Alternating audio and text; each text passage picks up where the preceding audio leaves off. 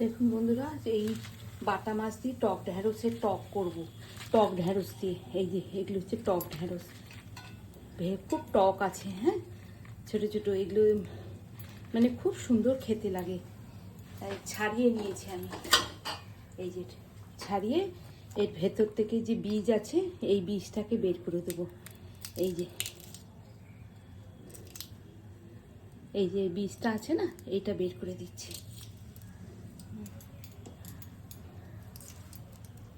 এই দেখুন বীজটা, এটা বের করে রাখলাম। এই দেখুন,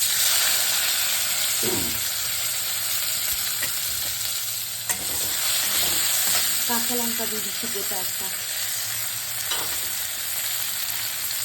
আর এটা সর্ষে কাঁচা লঙ্কা বাটা দিয়ে দিলাম, আর একটু হলুদ তুলে বেটে রেখেছি। এই যে